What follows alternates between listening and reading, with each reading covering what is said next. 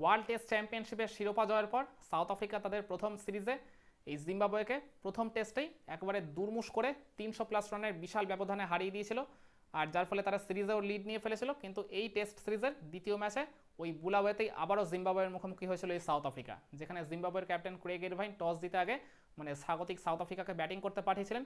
আমি এখানে বুঝলাম না যে এর আগের টেস্টে জিম্বাবুয়ে যেখানে রান চেস করতে গিয়ে এত বড় মার্জিনে হেরে গেল, সেখানে জিম্বাবুয়ের তো এই ম্যাচে ডেফিনেটলি সুযোগ পেয়ে আগে ব্যাটিংটা করে নেওয়া উচিত ছিল। জানি পিচটা কিছুটা গ্রিনিশ টাইপের ছিল, পেস বোলারদের জন্য একটা জুসি টাইপের পিচ ছিল, কিন্তু তারপরেও আমার মনে হয় জিম্বাবুয়ের এই টেস্ট ম্যাচে একটু সাহস করে আগেই ব্যাটিংটা করে নেওয়া উচিত ছিল। তো ওই পিচের কন্ডিশনটাকে কাজে লাগিয়ে জিম্বাবুয়ের দুই পেস বোলার কিন্তু শুরুতে সাউথ আফ্রিকার দুই ওপেনারকে একবারে চেপে ধরেছিল। কোনো রানই তারা সেভাবে জেনারেট করতে পারছিল না। টনিতে জর্জি তো জাস্ট একবারে নিজেকে কোনোভাবে উইকেটে সার্ভাইভ করিয়ে রেখেছিলেন, আর আরেক ওপেনারের অবস্থা তো আরও খারাপ ছিল। তো তারপরেও তারা দাঁতে দাঁত চেপে লড়াই করে যাচ্ছিল, কিন্তু ওই ইনিংসের 10th ওভারে গিয়ে ওই টনিতে জর্জের উইকেটটা তুলে নেন ওই চিভাঙ্গা, যিনি এর আগের টেস্ট ম্যাচে জিম্বাবুয়ের হয়ে সেরা বোলিং করেছিলেন। তো মাত্র 10 রান করে এই টনিতে জর্জে আউট হয়ে যান, আর এরপর ক্রিজে আসেন ওই ওয়ান মুল্ডার।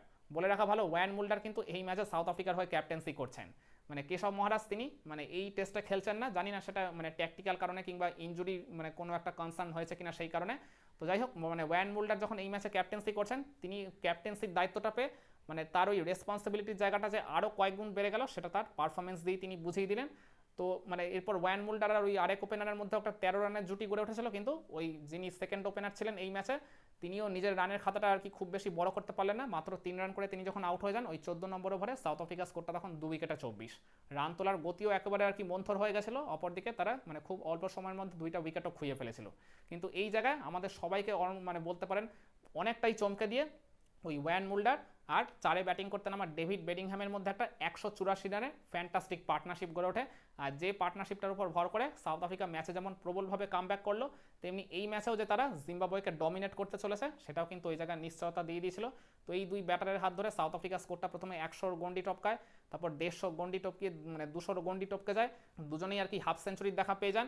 এরপর ওয়ান মুল্ডার নিজের সেঞ্চুরিটাও তুলে নিয়েছিলেন এই পার্টনারশিপটা যখন একদম শেষের পর্যায়ে। তো 200 রানের গন্ডিটা টপকাতে না টপকাতেই এই জায়গায় 208 রানের মাথায় ডেভিড বেডিংহ্যাম তিনি নিজের উইকেটটা খুইয়ে ফেলেন। মনে হচ্ছিল যে ডেভিড বেডিংহ্যাম আরেকটা হয়তো সেঞ্চুরি পেয়ে যেতে পারেন এই পার্টিকুলার টেস্টে, কিন্তু 82 রানের মাথায় তার উইকেটটা তুলে নিয়েছিলেন ওই ওয়েলিংটন মাসাকাদজা। তো 208 রানে 3 উইকেট হয়ে যায় সাউথ আফ্রিকার।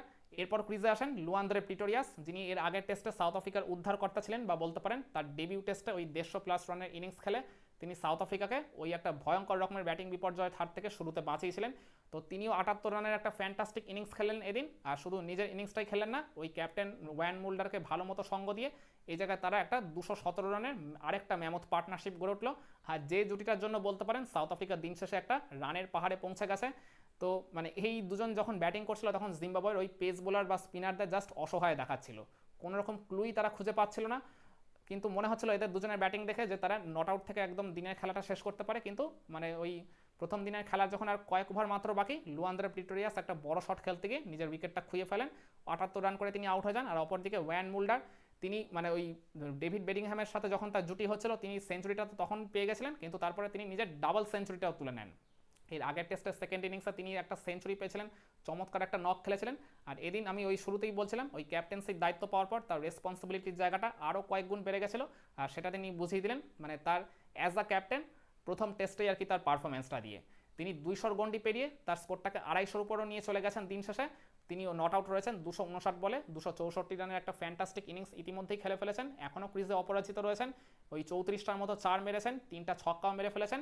আর এই লুয়ান্দ্রে প্রিটোরিয়াস আউট হয়ে যাওয়ার পর ওই ডেওয়াল ব্রেভিস যখন ক্রিজে আসেন, তো ডেওয়াল ব্রেভিসের সঙ্গেও তিনি একটা 40 রানের জুটি গড়ে তুলেছিলেন, যেটা কিনা দিন শেষে এখনও অপরাজিত রয়েছে। তো যার ফলে এই ওয়ান মুল্ডারের প্রায় একার দৌলতে আর ওই লুয়ান্দ্রে প্রিটোরিয়াস আর ওই ডেভিড বেডিংহ্যামের দুইটা সহকারী ইনিংসের উপর ভর করে বলতে পারেন সাউথ আফ্রিকা প্রথম দিন শেষে 88 ওভার খেলার সুযোগ পেয়ে তাদের ইনিংসটাকে নিয়ে চলে গেল 465-তে। তো 4 উইকেট খুইয়ে 465 রানের এরকম একটা ম্যামথ টোটালে তারা প্রথম দিন যে ইতিমধ্যেই পৌঁছে গেছে। এখান থেকেই বলে দেওয়া লাগে যে এরপর যদি সাউথ আফ্রিকা দ্বিতীয় দিনে আর ব্যাটিং করতে নাও নামে, এই জায়গা থেকে তারা যদি ইনিংসটাও ডিক্লেয়ার করে দেয়, তারপর আমার মনে হয় সাউথ আফ্রিকা এই পার্টিকুলার টেস্টটা ইনিংস ব্যবধানে জেতার ক্ষমতা রাখে। তো দেখা যাক আলটিমেটলি দ্বিতীয় দিন মানে সাউথ আফ্রিকার ওভারঅল টিম ম্যানেজমেন্ট থেকে কি ডিসিশন নেওয়া হয়, তারা ব্যাটিং করতে আদৌ নামে কিনা, বা জিম্বাবুয়ের সামনে আরও কয়েকটা রান যোগ করে তারা আসলেই মানে ইনিংস ব্যবধানে জয়টা পুরোপুরি নিশ্চিত করে ফেলতে পারে কিনা সেটাই এখন দেখার। আর অপরদিকে এটাও দেখতে হবে যে জিম্বাবুয়ের বোলাররা এই জায়গা থেকে তারা কিভাবে ঠিক ফাইট ব্যাক করে সাউথ আফ্রিকাকে মানে কত দ্রুত সম্ভব অল আউট করে দিতে পারে, কিংবা মানে অল আউট করার একটা কাছাকাছি পর্যায়ে অন্তত যেতে পারে কিনা। কি মনে করেন সাউথ আফ্রিকার ইতিমধ্যেই যে রানের পাহাড় তুলে ফেলেছে, জিম্বাবুয়ে কি পারবে এর পরবর্তীতে এই বুলাওয়ে টেস্টে আদৌ ঘুরে দাঁড়াতে? কমেন্ট করে আপনার মতামতটা জানাতে পারেন।